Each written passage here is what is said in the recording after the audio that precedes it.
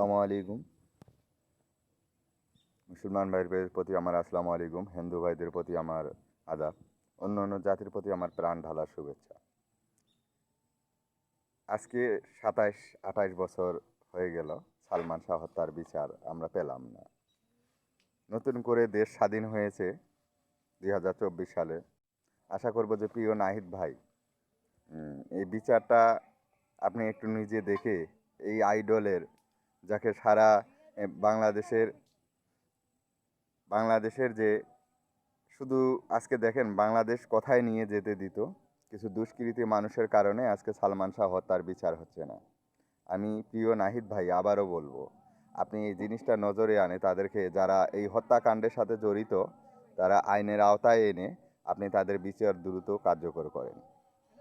আসলেই না হলে সারা বাংলাদেশে 18 কোটি মানুষ জানতে চায় যে এই সালমান শাহ হত্যার বিচার। হ্যাঁ, এই সালমান শাহ হত্যা কীভাবে মারা গেল 6 সেপ্টেম্বর। হুম এটা আপনি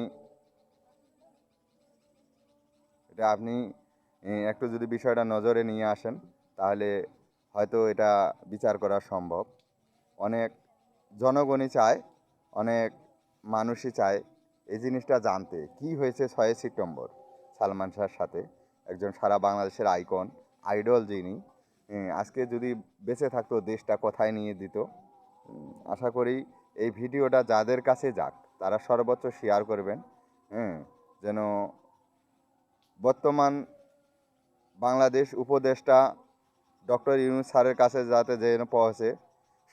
এই 24 সালে সবারই বিচার হবে যারা খুনি হত্যার সাথে জড়িত।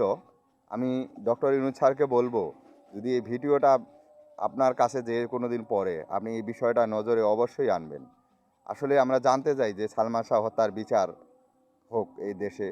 হ্যাঁ, আমি আবারও বলবো, যে ভাই এই ভিডিওটা যারা দেখবেন আপনারা সর্বোচ্চ লাইক কমেন্ট শেয়ার করবেন, যেন ডক্টর ইউনূস স্যার আর প্রিয় নাহিদ ভাই এদের কাছে যেন পৌঁছে।